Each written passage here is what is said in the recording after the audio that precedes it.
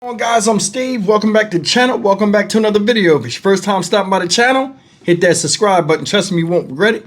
You're a returning subscriber as always, guys. Welcome back, and I do appreciate support.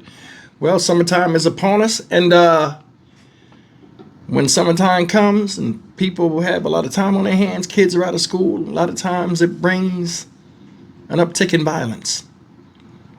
And domestic violence is no different. I want to talk to you about a story I seen. Somebody sent me this too, but I seen this earlier today. I was going to do it for my 7 o'clock premiere, which I'm doing it now. And this is out of Fond du Lac, Wisconsin. Shout out Fond du Lac. And it's about this guy right here. This guy is an absolute animal.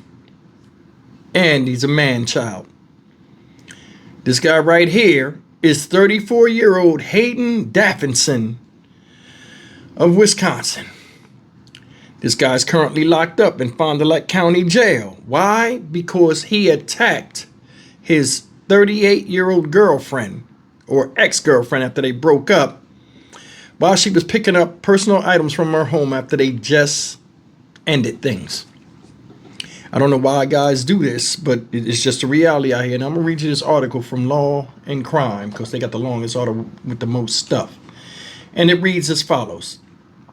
A 34-year-old man in Wisconsin is facing a slew of felony charges after he allegedly tried to kill his ex-girlfriend using an axe to brutally hack at the 38-year-old woman while picking up her personal items from her home.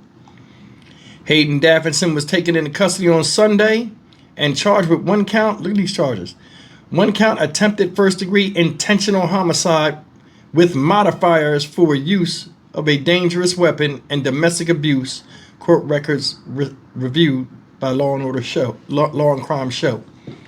According to a news release from the Fond du Lac Police Department, officers at about 2:38 p.m. on June 22nd, 2025, so that was 3 days ago, responded to a 911 call for assistance at a residence in the 300 block of East Merle Avenue. The caller, identified only as an adult female, reported that she had been attacked with an axe, was actively bleeding, and that the assailant had fled the scene. Upon arriving at the scene, first responders located the victim, listen to this, who appeared to have suffered serious lacerations to her head, extremities, and back.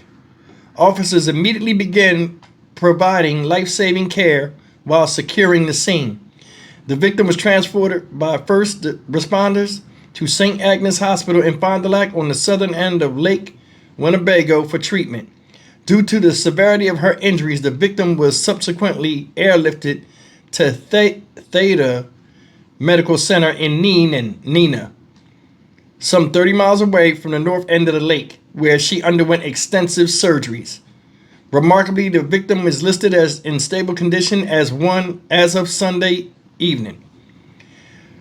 Through extensive investigation efforts, Fond du Lac Police Department officers quickly identified the suspect as a 34-year-old man, the release states. At approximately 7 o'clock that night, the suspect's vehicle was located near Germantown, Wisconsin. After a brief pursuit, the suspect was taken into custody and transported to Frottard Hospital for a medical evaluation. Court documents obtained by Green Bay Fox affiliate WLUK provided additional details regarding the attack. Listen to this. The victim stated she just broke up with the defendant prior to this occurring, of course, that he was at her house to pick up some of his personal property, and then he attacked her with a hatchet. So he was at her house. Earlier they said it was vice versa. But anyway, he went to her house to pick up her stuff. He attacked her with a hatchet, police reportedly wrote in a criminal complaint. Listen. After he sexually assaulted the victim, Daffinson stated, "Fuck it. I'm just going to kill you because I'm going to prison anyway." According to the document, this is when he allegedly attacked her with an axe, hacking her at least 25 times and leaving her with both arms broken, multiple skull fractures, wounds to her back, hands, and head. The victim advised that Davidson was mad at her because she broke the relationship off, but did not think he would do something like this to her. They never do, according to the document. According to WBAY, the victim begged for her life after the attack, telling Davidson that if he lets her live, she wouldn't call the police and would make up a story about falling down the stairs.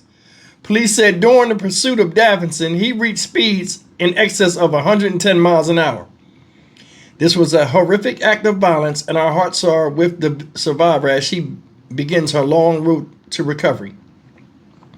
Chief of Police Aaron Goldston said in a statement, the swift response to the officers in cooperation with the yada yada yada. Listen, I'm going to go into all that. So it says, we'll get out of that. It says, Fond du Lac County District Attorney Eric Toney told WBAY that the crime was the most brutal attack he's ever seen as district attorney. It says Davidson is currently being held in Fond du Lac County Jail on $5 million bond and is currently scheduled to appear in court July 31st. Why? That's my question. Why? Why even have him in court? Something as brutal and vicious as that. Something out of an 80s horror movie. Something one of these people would do up here. Probably Jason. And you got him in court. Getting him due process and stuff. The girl just wanted to go about her business. And she broke it off. And evidently with the way he acts, I can see why. I don't blame her for nothing. And all of a sudden now, she has to go? How come a breakup means a break off? Either a foot in your ass or your heart stopped beating.